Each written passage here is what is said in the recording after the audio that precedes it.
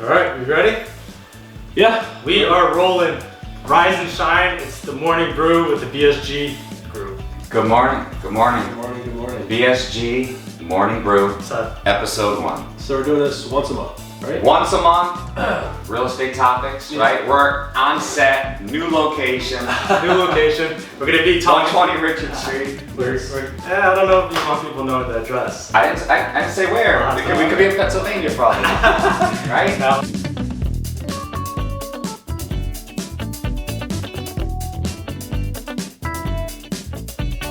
all right, so what's the morning brew? We're gonna be talking about real estate. We're gonna be talking about what's going on in the Bergio Souza group and what's going on in general. In our life.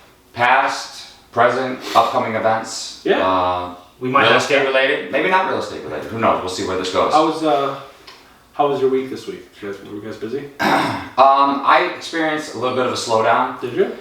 I mean, the summer's been so I hot. kind of have too though. Like I haven't been like super. I haven't been selling as much as I was early in the year. Like Yeah. the first half of the year was crazy. Then it slowed down a little bit in the summer. Then it picked up a bit. Now it's slowed a little bit. I mean, It's obviously- like a weird. Sure, obviously Still everybody knows busy, the though, like, summer still- was insane. Still multiple offers, right? You get a lot of know. multiple offer situations. Not as many though, not as many. Where things were taking like 2 to 3 days to yeah. go into contract, now it's 2 to 3 So- weeks, which is still a great So market. what I'm experiencing right now, the people that are looking, they're kind of in a rush to buy because they're trying to buy before the holidays. They're trying to get into these homes before Thanksgiving, before Christmas, and obviously with a typical transaction takes about 45 days, and 30 days from now is the week before Thanksgiving. So Yeah. So, the contracts that we have been getting, you're right. They've been squeezing them in just before Thanksgiving. So, they're But certainly trying to do that. Still pretty much really busy. Like in general, just busier than every other year. definitely, and I'm telling my buyers the right house and the right location at the right price is still going over asking. Did you submit that offer last night? Yeah, so I did submit an offer last night. Anyone? Yeah. Yeah. And an offer. Wait, do you have a client going to it? I'm not going to tell you. Where did you meet that buyer?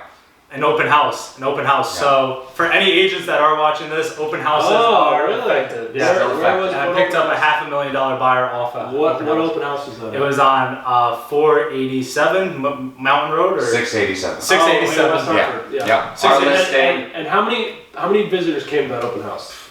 I thought I was hosting an open house party. There was a lot of people, so I actually had to control at the door, bring in one party at a time. All right. And that's tricky with COVID, right? Like you have to It's very tricky. Kind of just be careful, keep your Yeah. distance, and just Yeah. know where people are. I stopped by, people were keeping their distance, you were doing a good job controlling it. I would say a lot of, because of what happened with COVID and everyone just sitting around at home, nobody has patience anymore, so trying to control the scene. Yeah. I was able to handle it, but people don't have patience anymore. No, they don't. Well, you know what? People are in a rush to get, especially like these towns like West Hartford and Avon and those high demand towns. People just want to get in. It's pretty cutthroat right now still. And you know what? My wife and I have actually been looking to buy a house in West Hartford, and we made a few offers. We're not having any luck. Like Dan just doesn't want to pay though, little thrifty. I'm not full on desperation mode yet, so I'm not gonna get going those $50,000 asking price offers. But I think Dan's still looking for a discount in a hot seller's market. Listen, look, I don't want to overpay, and you know what? I'm not desperate right now, and I think there's a lot of buyers out there that are desperate, and that's why they're really sticking their neck out there. So great lead generation source. As far as selling a home at an open house, statistically speaking, how often does that happen? Not really too often. Yeah. I mean, 5% if we're What are lucky. the stats on that? Anyway? Yeah, I What mean, is the stat? I just looked, it said 5%. Right? Yeah. Wow. So you got an offer in, same buyer, unfortunately another house, not my listing. Yeah. And I mean, we've put offers on a few houses at this point now. Yeah. Which that's a general consensus. How do you say that? Consensus. Among buyers is you're losing 3, 4, sometimes 5 deals before you actually put a deal together. Yeah, definitely. And especially when you start off with a buyer and they don't understand the market, and you have to teach it to them, and then not only do you have to teach it to them, but they also got to experience it too. I mean, don't get me wrong, there are some people that are willing to listen and learn, but for the most part, they're hurrying the hard way. Easy. And sometimes you do have to lose a few deals in order to get the one. Yeah. Hey, let me ask you: are you banging out open houses these days? Like, are you really doing a ton of open houses, or not really? I would say like every other weekend. Every other weekend. And how about you? Have you been banging them out? Not as many as I should have. Me. I mean, And it's a terrible, year right? ago. You should be doing more open houses. Let's put it this way: right around COVID, And now that it's not just advertising in the Sunday paper, I mean, we can advertise anytime we want because everything's online now. I was doing at one point 3 a weekend. Yeah. Wow. You know, and because things are selling so rapidly, you get a little bit lazy, right? Yeah. Or we're experiencing this. We're putting stuff on a Thursday, you know, Wednesday, Thursday, Friday. You plan an open house, and it's gone before the open house. And that's what I was just gonna say. I did just say every other weekend, but it's honestly not every other weekend because what's happening is you put a house up on the market, and by the end of the week, it's already under contract. I have a cool story. So I had a listing here in West Hartford, and it was on 34 St. Augustine. So vacant house, small house, cute little home, 2 bedrooms, had about 1,000 square feet. I took pictures, had the seller clean it up. They put it on the market vacant, took pictures vacant. I must have had like 20 showings, a bunch of people come to my open house. I had one offer that didn't come together. And I'm like, how is this house not selling? It was on for a good price. So what I did was I brought a stager in, staged it in like 2 days.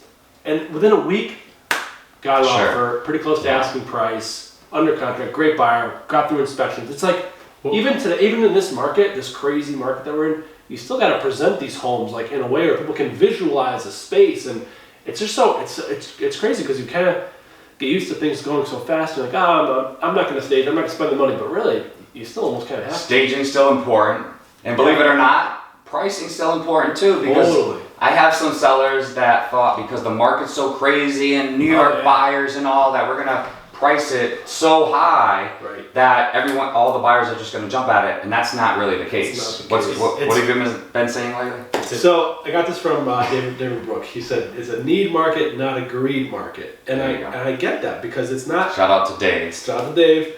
So it's what he's basically saying is that this is a market where people need to buy homes. People need to grow. People need to get out of their rentals, or they're having families. They need more space, and it's not a greed market where sellers are thinking that they can put these homes on for exorbitant prices and get these higher numbers, but you can't because it's a market that's not going to overpay. If you price it correctly, this is a market where if you want to take advantage of the seller's market that we're in, if you price it correctly, you get multiple offers, you start leveraging the offers against each other, that's how you take advantage of a seller's market. This seller's market, I should say. Yeah. But it's not a market that's going to pay you $50,000 over asking just because it's a seller's market. Sure. Now, if you underprice it, it's a market where it's going to correct itself, and you're going to get over asking price. And that seems like the way to go this year, 2021. Agreed. Pricing it correct at or a little bit under is going to get a lot more buyers through the door. And you want buyers, as a seller, you want buyers to start waiving things like buying as is. Sure. So maybe waive an inspection, which is like risky. And here's the deal: they start bidding against each other. Right. No one likes to lose, thus creating an offer price higher. Are you guys still seeing like, hey, I'm paying X amount of dollars over the appraised value, or not really? We're not getting as many addendums as we were getting before, saying, oh, either we'll cover it all if it doesn't come in, or $5-10 grand will cover if it falls short on the appraisal. I find typically people who have a larger down payment are the ones, I mean, the smaller down payment, they're obviously not going to come up with a difference on the appraisal. Because they don't have enough cash. I still think in this market, if you're going to list a home, pre-listing prep is still everything. You know, you talked about staging, still important. Yep. But getting the house ready for sale, painting rooms that probably have been painted in a long time, just coming out of the gate the right way. You like the coffee, right? This cup. The cup? Yeah, the cup's good too. But what about the coffee? The coffee's very good. Holiday blend. Peeps. Peeps. Yep. You said Peeps? Peeps. I'll enter in there. Oh, it is Peeps. Peeps. Not Peeps. Oh, that's the little candy? That's Pepe's. No, that's a little Halloween candy. No, Peeps, the little marshmallow. No, it's the Peeps. the Easter bunny. Yeah, those are the Peeps. candy, the yellow thing. Marshmallows? Yes, those are Peeps. I had it wrong. Peeps coffee. I'm in the season, you know. Halloween. Easter season? Easter season. All right, No, it's Halloween. Oh, you're right. That's Easter candy. Yes. Hey, cut. Alright, so I read an article in Inman News about showing time and how some agents feel like giving feedback to listing agents is doing their clients, their buyers, a disservice.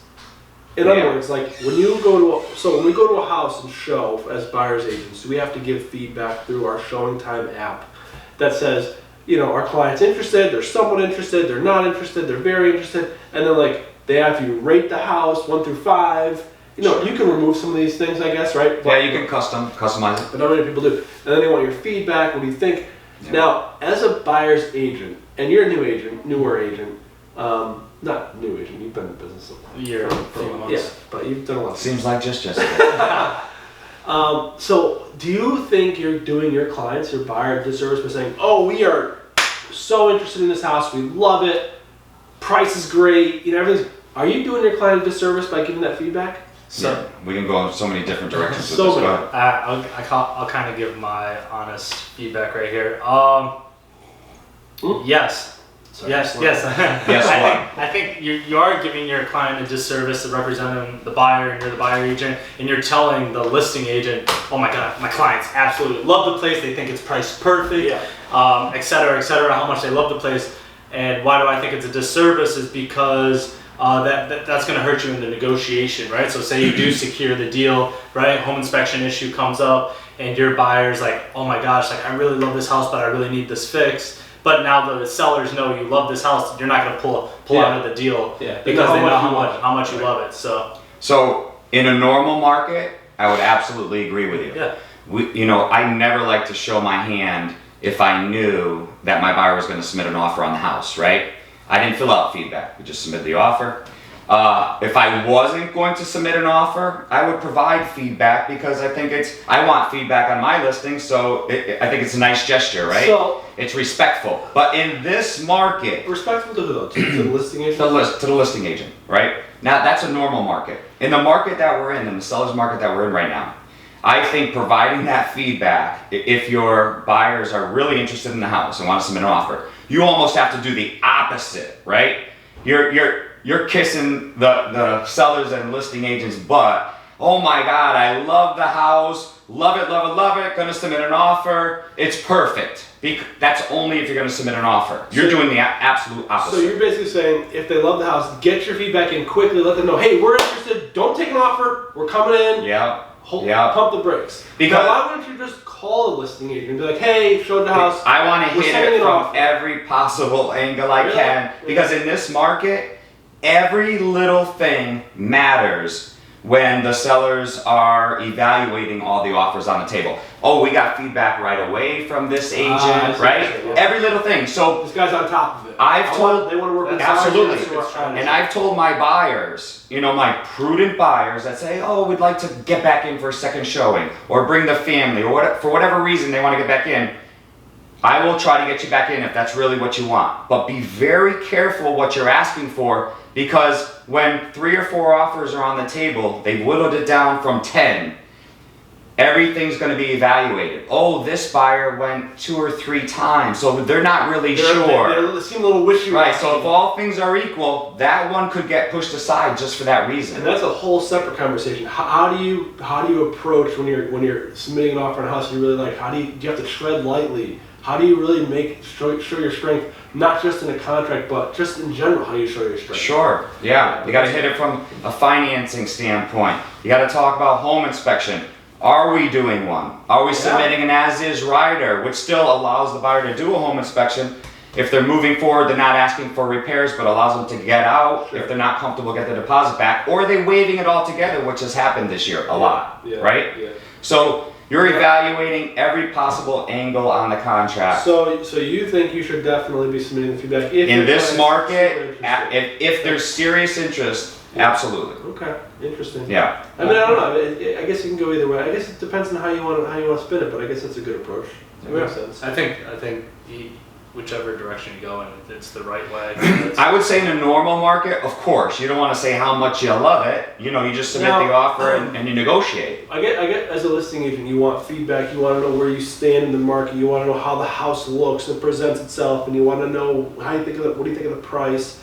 So that in that regard, I think the feedback is good. But we used to do a lot of broker open houses. Yeah, and that's almost non-existent. It's almost non-existent, right? And I think COVID really put a stop to that. Yep, but that was a great way. It was already dying out a little bit just because everything's online now, right? Yeah. And years passed before everything was online. As an agent in your local community, you want to go see those listings and be familiar with that property. It's important, sure. I want to know that. And when I take a listing right now, I talk to my sellers ahead of time and say, listen, don't wait around, don't rely heavily on buyer feedback, because sometimes it doesn't come, right? Sure. So, as a listing agent, you've done your homework, you've done your market analysis, you've done hopefully your pre-listing prep work. So you really know, especially when it comes to pricing and condition, you really know how you're situated in the market, right? Yeah. But so an agent that comes in for 15, 20 minutes, how much weight are you giving that feedback? Now, if they really know the market, let's just say they're an agent that does a lot of business in your area, that feedback obviously has a little bit more weight than another agent. Yeah, makes sense. Yeah. I was gonna ask if your St. Augustine's closed yet, but it's not. It hasn't. Not yet. We just had inspections yesterday. Went really well. We got through that. We got the appraisal on Saturday. Hopefully it appraises, and then we're good to go. I mean, appraisals. I really haven't had too many issues with appraisals this year, to be honest with you. No. Maybe like very few have not appraised. Yeah, very Is that few. two? Yeah, I've had to. Really? I've had to. But on the buy side or listing side? listing side. On a listing side. You were the listing agent? Yeah. I was the listing agent, but Really? Yeah, Well, one you're of- doing a good job. I was gonna say, are you presenting an appraisal package to that appraiser? yeah. So actually, one of the deals they didn't have an appraisal rider, so they had to come up with the difference. We didn't even bother negotiating, and they didn't even really. They came and said, hey, at under appraised, we'd like to drop the purchase price to what it appraised at. I said, well, there was no appraisal rider, so you can't do that. Okay, and that was it. So they came up with the difference. Oh, okay. That's not every buyer. Yeah, I know. No. That was amazing. And then The sellers are very fortunate. and then I had another one that appraised $120,000 under. What? Yeah. So Where was that? I might Omar have to cut takes that out. overpriced listings. No. Andy sells them. Way overpriced. So- but he gets it done. There you go. So here's learning for real estate agents or just people watching this is this was a multifamily that generated income through rooming, right? It wasn't broken up, and it was a four family home, but it was broken up into a rooming house, but not legally permitted for that. So when we came up, when we did the listing and put it on the market, we ran the numbers. It generated about an extra 78 grand a year. So we listed it for $650. Someone came in at $620. We accepted their offer. Because those numbers would make sense if it was legally a rooming house, but it only came in at appraised at $500,000. Oh wow. We'll talk about the legal aspect of it on another show. Yeah. Right? Interesting. Yeah. So, you guys see the news? Oh yeah. Oh, nice. The news this Highest week. sold four-family in that town. There you go. Nice. There you go. Cool. I had the highest sale in Newington Everyone. ever recorded, right? That was recent. What about you, Dan? Highest sales now. No? I don't know. Anyway, I had my highest sale ever this year. what was that? I was 1.1, something like that. 1.1? Ferncliff. Franklin. Very nice, very nice. Nice. Our numbers are looking good. Alright, so as of Monday, I'm sure you guys heard, Zillow made this announcement that they're halting the brakes on their iBuyer program, right? Yeah. Of course, Zillow's coming out saying that they got supply issues, material issues, contractor issues, and that's the reason that that's why they're pumping the brakes. Yeah, because they're backed up or something. Sure. So are they going to be back in business after this year? Who knows? One of the problems with that whole Back in iBuyer business, program, buying homes. and of course, yeah, just the iBuyer program part of it. Right. But so will it come back in 22? Who knows? I know part of the problem with their model is they're buying these homes and then doing a little fix-up, selling them at a higher number, and those profits are not going back in the seller's pocket. And they're not selling them. Yeah. They have inventory that's just sitting out there. So them saying that, hey, we're backed up because we don't have contractors to fix up these homes, or we just don't have the man. That's all. I think it's all just a publicity Sure, scam. sure. And in some areas, they just literally have a model that's not working. some areas they're actually overpaying for some homes, doing a little fix-up, and then banking on the fact that they're going to sell them for a lot more. And that's not always the case. Now, William Ravis, still in the purchasing business, still will buy your home. It's called Ravis Purchase. So that program's out there. The great thing about Ravis Purchase, they're going to initially buy your home for 80% of its value. That's going to pay off those mortgages, free up equity in your home, and those sellers will be able to buy another home contingent free, right? And any profits made on the sale of that home go back in the seller's pocket. So that's a great program. Yeah. We got it out there. It's successful. They're staying competitive. Yeah. So we're still in the iBuyer program, if you want to call it that. I mean, it's just interesting. Like on Inman News, it's saying Zillow continued to purchase homes well above market median, a full 65,000 higher in September. Right. Continued to pay top dollar to fuel acquisitions at a time when the market was cooling, and other iBuyers were pumping the brakes. Yeah. So they're continuing to buy, and now they can't sell them. So that's the reason why they put a halt to that. Sure, I mean, sure, because they got to make up that difference. Yeah, now they're a little behind. So we'll follow that interesting, closely. It's very interesting. Very interesting to see Right? what's going. Hey. Now, do you see a lot of Zillow-owned homes in our area? No, not at all. Really? I actually don't think I think that that's iBuyer program is in Connecticut. I see Yeah. Redfin. Yeah. Well, Redfin's Redfin, the yeah, brokerage. yeah. What's the other one that's popular Realtor, as far as Open Door. Open Doors, another Yeah, one but I of don't them. know Yeah, if they're but I don't see any of them in Connecticut. They are No, popular in yeah. other areas. Yeah. Let's talk about very briefly what's going on this weekend. So I didn't make it to that Ravis Ride Walk this weekend. I was at a new listing coming up on Main Street. Sure. Work first. Which is Work going to be first. fabulous, Yeah. by the way. So Yeah. stay tuned for that one. Great listing. But don't worry, you all know about it. But I wish I could have been there. Great cause. Love what Ravis does down there. Awesome turnout. How was it? Great location. The weather was fabulous. Yeah, so Eric and I got up early, shot it down to Calf Pasture You Beach. shot a video, right? We shot a Shot a video. video. If you guys want to go on It was YouTube, type in Eric and Omar, and you'll find Ravis Ride and Walk, where we also walked into Krista Ross, which is a bit Our head trainer. at Ravis. Ravis. But the Ravis Ride and Walk went very well. Good turnout. A lot of agents from other offices there Nice. too. You can And, walk, you can ride. All the money, 100% of the money goes to Damon Runyon Cancer Research Foundation and Dana Farber this year. And those Nice. those links are still available for those who are watching this and want to donate. Please donate. Goes towards a great cause, Damon Runyon Yep. Research. So hopefully we find a cure for cancer one day, and Cool. that will save a lot of people's lives. That was a ride and walk. This Monday, West Hartford, William Ravis office, raising money, our part at, where's that going to be down? Rizzuto's and Blueback Square. That'll be fun. 5 to 7, little Yeah. happy hour. Happy hour event. Yeah. All the money goes to Damon Runyon. That'll be fun too. Yeah. $25. $35. Yep. But you get a couple drinks, food. Yep. Stop by, say hello. Get to hang out with us. Also, Yeah, it's a lot of fun. I'm going to be posting this today. We have these $10 tickets. I know a lot of you have been asking, where are these? They're back. $10. Prizes are awesome. Everywhere from first place, $7,500 trip to DC, all the way down to lowest prize is actually an Apple Watch. So all the prizes in between are fantastic. Contact us. $10 a ticket.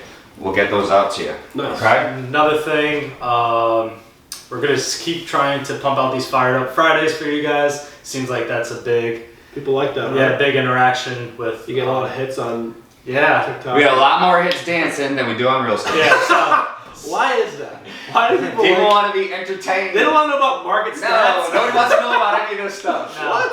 no, but That's it's not still, true. That's not true. It is still good to be doing things like this. And if you guys want us to keep doing things like this, please smash the comments, the likes, Yeah. the share with people. I'm So glad the interaction there is strong. gives us energy to provide another video. So. It's fun. Let's look at 3-month window, year over year. What's West Hartford doing? All right, unit sales, actually in the last 3 months compared to last year, they actually have us down 2.5%. Sales. Unit sales. That means Unit that's sales. because inventory's been down, right? Yes, that's certainly playing a part in it. Median sale price is actually up 9.5%, right? So that's good. Inventory definitely down 12%. So that's 3-month window, year over year. That's Days on market. gotta be down, right? This year, definitely down. 19 days on market versus, which seems like a little bit high in West Hartford, compared to 31 days, that's down 38%, right? Yeah. Sale to list price ratio, this is a pretty interesting one. Last year, this time, last 3 months window, 99.8% of So- list price versus sale price, What it's selling. right? They're getting 99.8 last year. Last year. This year, almost 104%. Oh, Yeah, so wow. obviously over asking. Nice. Yep. Well, that's a good sign. Yeah. So that's what West Hartford is doing. All right, cool. So listen, guys, every month we'd like to get together, talk about what the market's doing, what BSG is doing, and what's going to be coming up. You look very tan. Oh. Is that the elephant in the room? So isn't it fading a little bit? You look pretty. I look a little tanning. No, so Sarah, our admin, she came in with a nice tan the other day. I asked her about, well, she did visit me in Florida, so I thought it was still her Florida tan. But she said she uses a certain cream. Oh. I thought I would try it, and these guys are busting my, you know what, about my glow. I've never my glow. done tan. Am I orange or am I actually tan? Orange. Am I? I'm actually You're- colorblind, so I don't know if they're really breaking my stones or what here. But You're on the border right now. You're on the border. Like You're a little dark for end of October. I've been using lava soap to actually Lava tan. one more day of treatment and you're orange. So let's scale it back a little bit. No Maybe more we'll of that. See you guys next month. See ya. Smash the comments, smash the likes, and Bye, let's guys. keep doing this. Later. Good job, guys. Was that a good job? Yeah. We'll see how it comes out. It'll be fun. It'll be great.